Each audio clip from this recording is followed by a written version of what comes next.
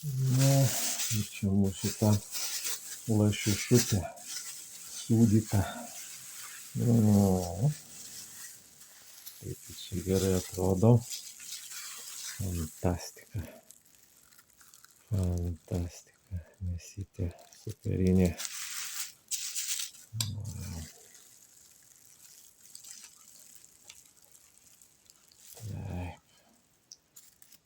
Kaip sūris jaunasi. Nu, kur čia tos kirmelės? Ei, kirmelės, kur jūs lyskit. Ja.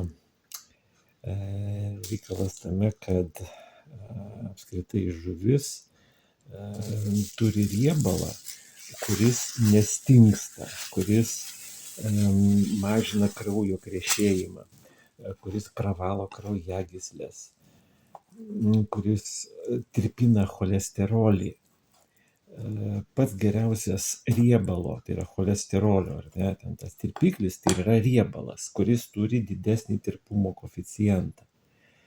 Ir būtent jisai ir yra žuvyje, bet kokioj riebioj žuvy. Ir kuo daugiau jos valgai, tuo tu sveikesnis būsi.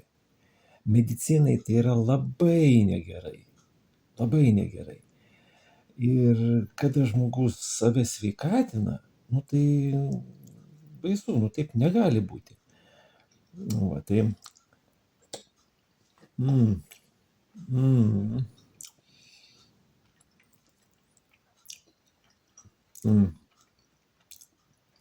Nu, šitas lašinukas, kuris yra iš papilvės lašišos, tai vat, jo, pats riebiausias, sakykime, riebiausia dalis.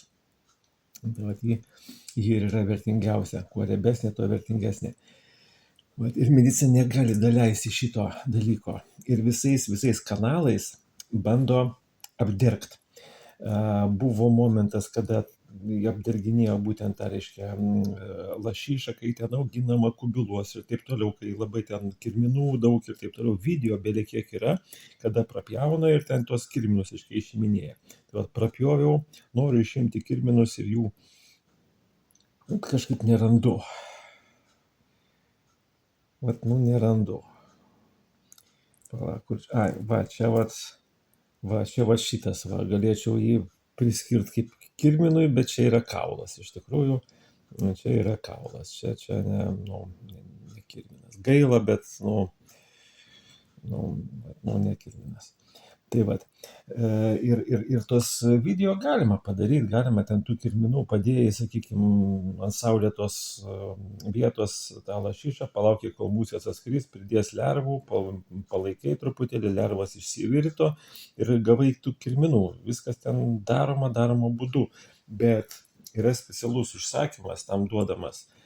Tam, kad blogeriai, tie, kurie gyvena iš pinigų nuo peržiūrų, jie padarytų tuos video tokius.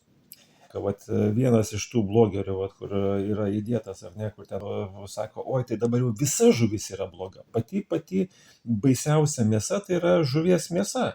Jie ir mamą parduos už pinigus. Jie tokia nacija, kur š ten ir musės. Taip yra. Vat. Ir pasiduoti tai tokiai provokacijai ir apjuodinti, reiškia, patį sveikiausią iš tikrųjų maistą, patį sveikiausią, patį naudingiausią maistą. Tai yra žuvį, ką padarysi. Reiškia, tada čiukčiai, kurie ruonieną žalią praktiškai, ruonį valgo, žalią lašišą valgo, žalią elnieną valgo, tai jie turi būti patys nesveikiausi, o jie net nežino, ką reiškia sirgti. Tai kaip čia dabar, kaip ir prieštaringos tokios informacijos gaunasi. Taip kad mažiau reikia klausyti, ar ne, ir daugiau galvoti, kas iš tikrųjų yra, kodėl ta informacija tokia yra užsakinėjama, ir daugiau domėtis apskritai moksliniais straipsniais, o ne plepalais. O tokios būtų mano pasiūlymas. Skanaus.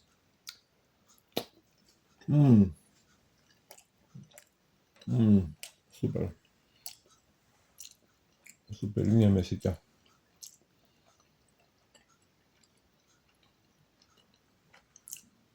Ir būtent lašiša yra vienintelė, ko gero, iš labai labai nedaugelio lašišinių žuvų, ar ne, ten ir upėtakį galima valgyti žalią, ar lašišą, būtent ją galima valgyti žalią.